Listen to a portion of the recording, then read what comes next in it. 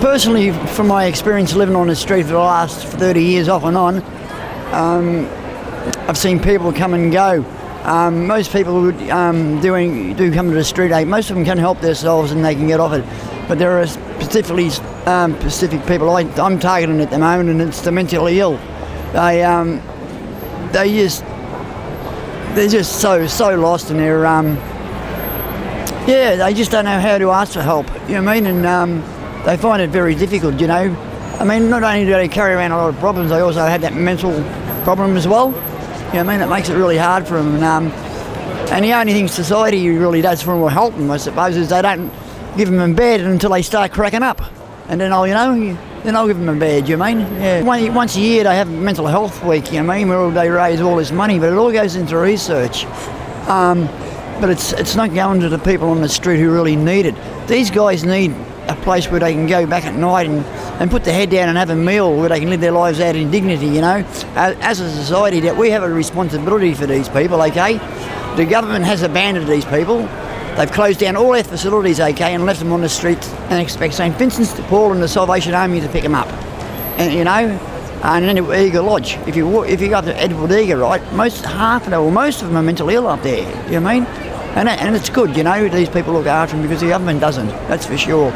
And their excuse is, okay, they don't have any money, that's nonsense, you mean? That's totally nonsense, you mean? How I ended up here? Yeah. Well, you see, I grew up in boys' homes, Nazareth House in Ballarat, which was run by the nuns, Christian nuns, and I left there and I went to St Vincent's de Paul in South Melbourne, where it was run by Christian brothers, and I went to about half a dozen different boys' homes. But my parents were alcoholics, and they had quite a few of us, and we were taken away by the state when I was 3 months old and placed in a boys' home, and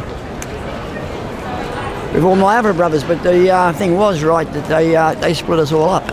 I don't know why they done that, but our parents never came back to see us, and so I didn't. I suppose I never got too much love in life, or I didn't have any guidance, and I was just, I suppose, pretty lost. I didn't have anybody to turn to when I got out of the boys' home.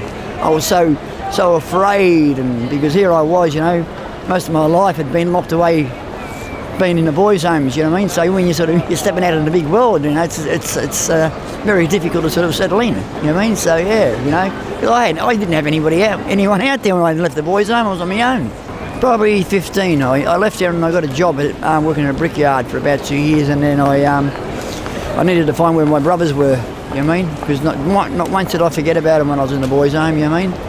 And I eventually went looking for them and I found them, you know what I mean? So, but things weren't the same because we hadn't seen each other for a great, I don't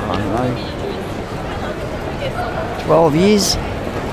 You know, so there was no bond there, you know what I mean, between us. That just didn't exist, and unfortunately, it's sad, but yeah. Well, you know, I mean, people do have choices, but some people don't. You know, some people actually make choices for them. You know, without them, some people don't realise that, but they do. You know, there are some people who do live on the street, not because they have a choice, right? Sometimes it's through other people's choices. You know, so they should stop and think about that. Well, sooner or later, okay, that catches up with you. You know what I mean? Things do hit home eventually. You know what I mean? So yeah, you know what I mean? Well, I'll tell you.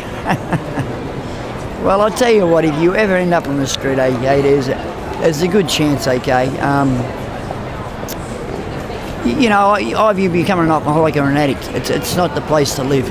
Trust me. You know what I mean? Because you're not going to get any guidance on the streets. You know what I mean? Yeah, that's for sure.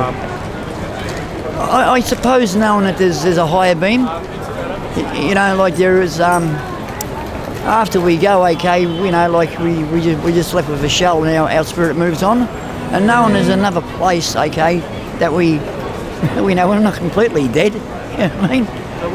I believe in God, yeah. There's only one God, and you know, that's in all religions, but people just interpret him different, that's all, yeah.